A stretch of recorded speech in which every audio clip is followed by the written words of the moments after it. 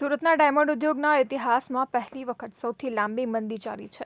છેલ્લા 3 વર્ષથી મંદી હોવાથી અનેક રત્ન કલાકારો આર્થિક રીતે મુશ્કેલીમાં મુકાયા હતા, જેથી રત્ન કલાકારોને રાહત આપવા માટે રાજ્ય સરકાર દ્વારા સહાય યોજના જાહેર કરવામાં આવી હતી, જેમાં રત્ન કલાકારોની 31 માર્ચ 2024 પહેલા ડાયમંડ ઉદ્યોગમાંથી નોકરી છૂટી ગઈ હોય તેમના સંતાનોની 1 વર્ષની મહત્તમ 13,500 રૂપિયા ફી ચૂકવવા માટે સરકાર દ્વારા યોજના જાહેર કરવામાં આવી હતી.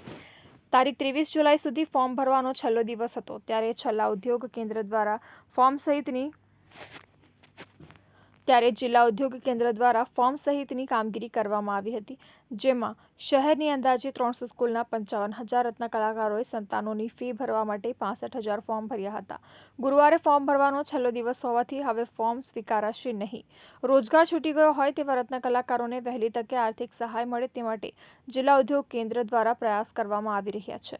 અપેક્ષા કરતાં વધારે ફોર્મ ભરાયા છે, જેને લઈને જિલ્લા ઉદ્યોગ કેન્દ્ર દ્વારા રાજ્ય સરકાર પાસે ગ્રાન્ટ માંગવામાં આવશે. ત્યારબાદ જેમ જેમ જરૂર થતી જશે તેમ તેમ સહાયની રકમ આપવામાં આવશે. તો બીજી તરફ તમામ ફોર્મમાં ભલામણ પત્ર મેળવવા હવે જિલ્લા ઉદ્યોગ કેન્દ્ર ફોર્મને સુરત ડાયમંડ એસોસિએશનમાં મોકલશે, જેના માટે ઉદ્યોગ કેન્દ્ર ડાયમંડ એસોસિએશનને સ્ટાફ પણ ફાળવી આપશે.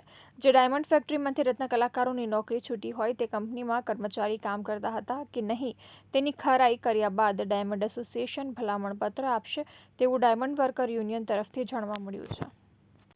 તો રત્ન કલાકારોને આવી જે રિઝલ્ટ પાસ થયો છે એની વચ્ચે આ 65,000 ફોર્મ ભરાણા એ ખૂબ સરકારે નોંધ લીધા જેવી બાબત કહી શકાય. અમારી જે પડતર માંગણીઓ છે એની લડત અમે ચાલુ રાખીશું કે રત્ન કલાકાર માટે કલ્યાણ બોર્ડની બનાવવામાં આવે, આત્મહત્યા કરતા રત્ન કલાકારોના પરિવારને મદદ કરવામાં આવે અને વ્યવસાય વેરો નાબૂદ કરવામાં આવે. આ બાબતે અમે સરકાર સમક્ષ માંગણીઓ રજૂ. એમાં એ જ કહેવા માંગીશ કે સમયગાળો ઓછો હતો અને સરકાર રત્ન કલાકારો અસમંજસમાં હતા કે ફોર્મ ક્યાં જમા કરાવવા, અને જે સ્થિતિ હતી કે અમુક સ્કૂલો પોતાની મનમાની કરતી હતી, જે સરકારી ગાઈડલાઇન્સ આપી હતી કે સ્કૂલોએ ફોર્મ જમા કરી જિલ્લા ઉદ્યોગ કેન્દ્રમાં મોકલવા, તો અમુક સ્કૂલો એની પોતાની મનમાનીથી છેલ્લે રજૂઆત કરવા છતાં પણ અમુક સ્કૂલોએ આ ગાઈડલાઇન્સનું પાલન ન કર્યું. એ અસ્તમંજસ અને ખૂબ જ ટૂંકો ગાળાની અંદર આ 65,000 ફોર્મ ભરાવ્યા એટલે મંદીની ગંભીરતા સુરતને કેટલી અસર કરે છે, ગુજરાતના આર્થિક ઉદ્યોગને કેટલી અસર કરે છે, સમજવાની બાબત છે.